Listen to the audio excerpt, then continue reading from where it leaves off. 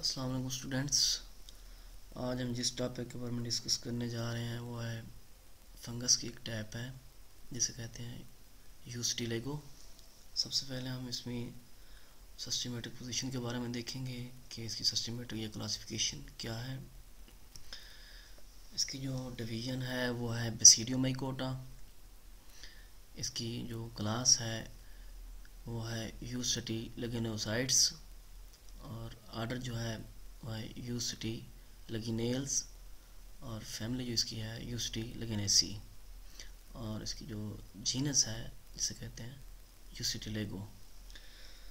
ये इसे कॉमनली हम यूस्टिलेगो का जो सेकंड नेम है कॉमनली तौर पर इसे कहते हैं स्मट के नेम से भी इसे जानते हैं। ये भी क्या है फंगस यूस्टिलेगो यानी कि स्मट फंगस। नेक्स्ट हम इसकी अकरेंस के बारे में देखते हैं। सबसे पहले कॉमनली जो है ये जो स्मट है जितने भी ग्रासेस हैं मीन के जो वीट प्लांट उनके लिए ये उनका एक पैरासाइट्स है जिसे हम कॉमनली मैंने पहले भी कहा कि कॉमनली कॉल्ड एज स्मट। ये हमेशा अटैक जो है किसी लीव पे नहीं करता, रूट पे नहीं करता, स्टेम पे नहीं करता, बल्कि ओवरीज ऑफ ग्रासेस इनके ओवरीज पर डायरेक्टली तौर पर ये क्या कहाँ अटैक करता है, ओवरीज के ऊपर ये अटैक करता है। और ओवरीज के अटैक करने की वजह से समटाइम ऐसा भी होता है कि ये कम्प्लीटली तौर पर जो वीट प्लांट है उसके जो एयर जिसे हम स्पेकुलेट्स या सिटा जिसे कहते हैं उसको क्या कर देता है, डिस्ट्रॉय कर देता है। और वो आपको जो एयर है स्पेकुलेट जो है वो आपको black powdery mass of spores sometime आपने वीट के प्लांट्स में देखा ऑब्जर्व भी किया होगा कि कुछ जो प्लांट्स वहाँ आपको ब्लैक नज़र आते हैं तो उन पर इसी स्मट का जो है वो अटैक हुआ होता है।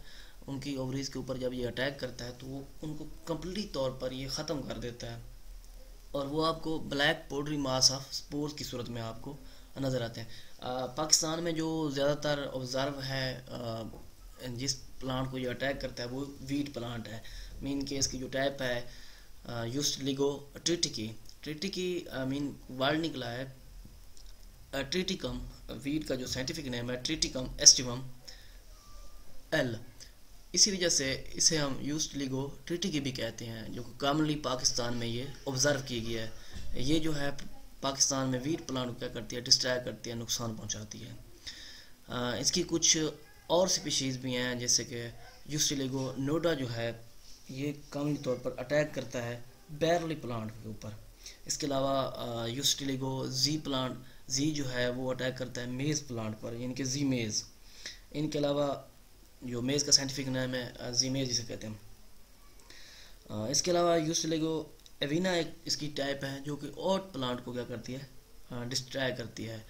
इनके जिस प्लांट पर भी अटैक करेगी तो उसकी शेप जो है वो ब्लैक पाउडरी मास की तरफ मास ये आपको नज़र आएगी। इनकी फुली तरह से आपको ब्लैक नज़र आ जाएगी, ख़त्म हो जाएगा। इनके उसका जो यील्ड है या प्रोडक्शन जिस जो उसने ओवरीज की अटैक किया तो उसकी वजह से वो कम्प्लीटली तौर पर आपको ब्लैक मास की सूरत में नज़र आएगा।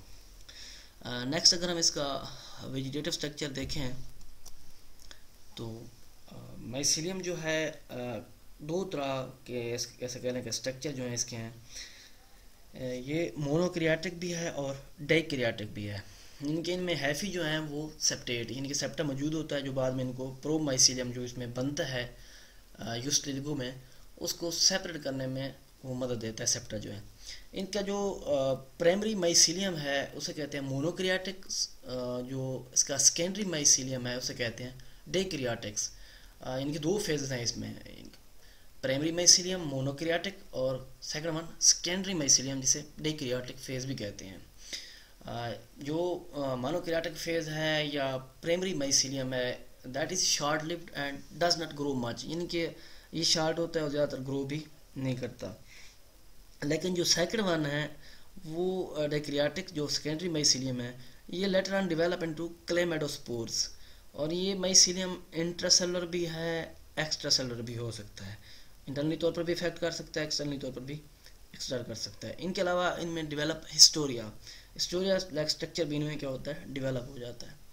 नेक्स्ट हम अगर इसका लाइफ साइकिल की बात, यहाँ पर आपको कुछ इसकी डायग्राम दिखाई जा रही हैं, जहाँ पर जर्मिनेशन स्पोर की है, बेसिडियम फार्मेशन है, स्मार्ट का अटैक कैसे है, उसके स्पोर कैसे बन रहे हैं। अगर किसी प्लेट्स के ऊपर अगर इसका ऑब्जर्व करके देखें तो फिर किस तरह नज़र आते हैं। तो नेक्स्ट हम इसके लाइफ साइकिल में ये चीज़ें डिस्कस करते हैं कि ये किस तरीके से अटैक करता है। इसके लाइफ साइकिल जो है उसकी 4 से 5 स्टेजेस हो सकती हैं। फर्स्ट वन ये होता है कि अटैक ऑफ क्लेमेडोस्पोर्स या टिलिटोस्पोर्स। सेकंड वन होती है जो है फॉर्मेशन ऑफ प्रोमाइसिलियम, यानी कि प्रोमाइसिलियम यानी कि प्राइमरी माइसिलियम कैसी फॉर्मेशन, कैसी उसकी फॉर्मेशन क्या है। थर्ड वन जो होता है प्रोमाइसिलियम की फॉर्मेशन के बाद बेसिडियोस्पोर्स बनते हैं। और फोर्थ वन जैसे बेसिडियोस्पोर बनते हैं तो नेक्स्ट जो स्टेज होती है फॉर्मेशन ऑफ सेकेंडरी माइसिलियम। जब ये सेकेंडरी माइसिलियम की स्टेज कंप्लीट होती है तो फिर एक स्टेज आती है जिसे कहते हैं फॉर्मेशन ऑफ क्लेमेडोस्पोर। सबसे पहले जो फर्स्ट स्टेज है इसकी अटैक ऑफ क्लेमेडोस्पोर या टिलिटोस्पोर्स। मैंने पहले भी कहा है कि ऑस्ट्रेलिगो जो यूस्टिलिगो जो है, जो इसकी स्पीशीज़ है, ये सबसे पहले पाकिस्तान में जो जिस चीज़ पर इसका अटैक ज़्यादा है वो है वीट प्लांट। तो हम वीट के बारे में ही यहाँ डिस्कस करेंगे कि यूस्टिलिगो जो है हमेशा जैसे ही प्लांट वीट का प्लांट जो है मैच्योर होता है ड्यूरिंग स्प्रिंग सीज़न, तो ये उस पर क्या करता है, अटैक करता है। इसके अटैक की वजह से जो उसकी वीट प्लांट की इन्फ्लोरेसेंस मीन की एयर जो है वो पूरी तौर पर फुली तरीके से क्या हो जाती है, डिस्ट्रॉय हो जाती है, और उसकी शेप जो है वो ब्लैक पाउडरी मास हो जाता है।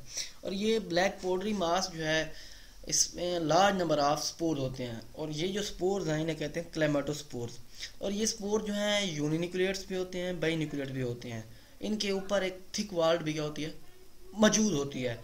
और जैसे ही अटैक इसका कंप्लीट होता है, यानी कि पाउडरी मास बनते हैं, यानी कि ये स्पोर्स जब बनते हैं तो इसकी नेक्स्ट स्टेज स्टार्ट हो जाती है। नेक्स्ट स्टेज जो है इसे कहते हैं फॉर्मेशन ऑफ प्रोमाइसिलियम, यानी कि प्राइमरी माइसिलियम। अब ये क्लेमेडोस्पोर जो यहाँ पर आपको नज़र आ रहे हैं, ये वाले स्पोर्स जब ये बन रहे हैं तो ये डिस्पर्स होते हैं by the process of wind, यानी कि विंड के जरिए क्या हो जाते हैं, ये डिस्पर्स होते हैं, सेपरेट हो जाते हैं, इधर उधर बिखर जाते हैं।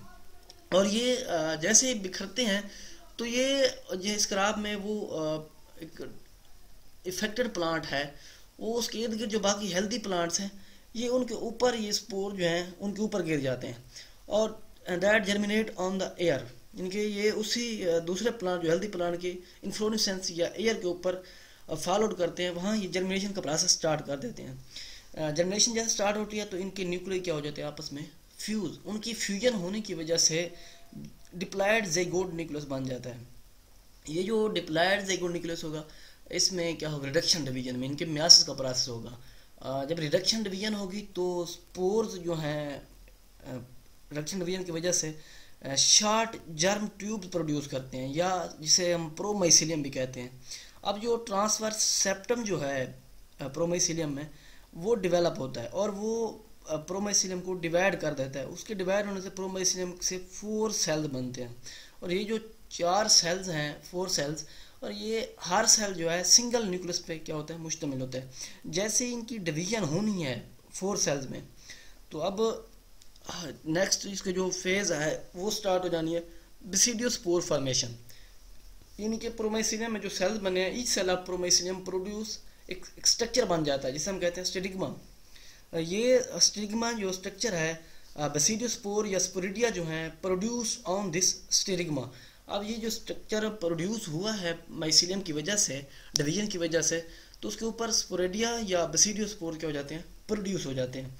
इनकी प्रोडक्शन की वजह से नेक्स्ट स्टेज स्टार्ट होती है जिसे कहते हैं सेकेंडरी माइसिलियम। अब ये बेसिडियोस्पोर जो है टर्मिनेट ख़त्म होना स्टार्ट हो जाते हैं, और बेसिडियोस्पोर जो है germinate to form new mycelium, यानी कि जर्मिनेशन का प्रोसेस वो क्या कर देंगे, स्टार्ट कर देंगे, और न्यू माइसिलियम बनना start. Then it become dikaryotic. Dikaryotic कब बनेंगे, ड्यूरिंग कॉन्जुगेशन बिटवीन हैफी और बेसिडियोस्पोर। जब कॉन्जुगेशन हैफी और बेसिडियोस्पोर में कॉन्जुगेशन का प्रोसेस होगा तो ये क्या बन जाएंगे, डाइकैरियोटिक फेज में आ जाएंगे। पहले मोनोकैरियोटिक फेज में, अब ये क्या हो जाएंगे, dikaryotic by the process of conjugation. कुछ समटाइम ऐसा भी होता है कि इनके जो प्रोमाइसिलियम के सेल्स हैं वो डायरेक्टली तौर पर जर्मिनेट टू प्रोड्यूस हैफी डायरेक्टली, जिसकी एग्जांपल हमने यूस्लिगो ट्रिटी की हम पीछे उसका जिक्र भी कर रहे हैं। तो इनके हैफी जो है फौरी तौर पर undergo conjugation and to produce dikaryotic hyphae या डाइक्रियाटिक फेज। लेटर ऑन ये बेसिडियोस्पोर नहीं प्रोड्यूस करेंगे बल्कि डायरेक्टली तौर पर कॉन्जुगेशन के प्रोसेस में जाएंगे और conjugation with the process of conjugation to produce dikaryotic hyphae. अब जब बेसिडियोस्पोर प्रोड्यूस नहीं हो रहे तो ये जो डाइक्रियाटिक हैफी प्रोड्यूस हो रहे हैं ये इन्फेक्ट करेंगे दूसरे प्लांट्स की ओवरीज को, यानी कि होस्ट प्लांट जो है उसकी ओवरी क्या करेंगे, इन्फेक्ट करेंगे।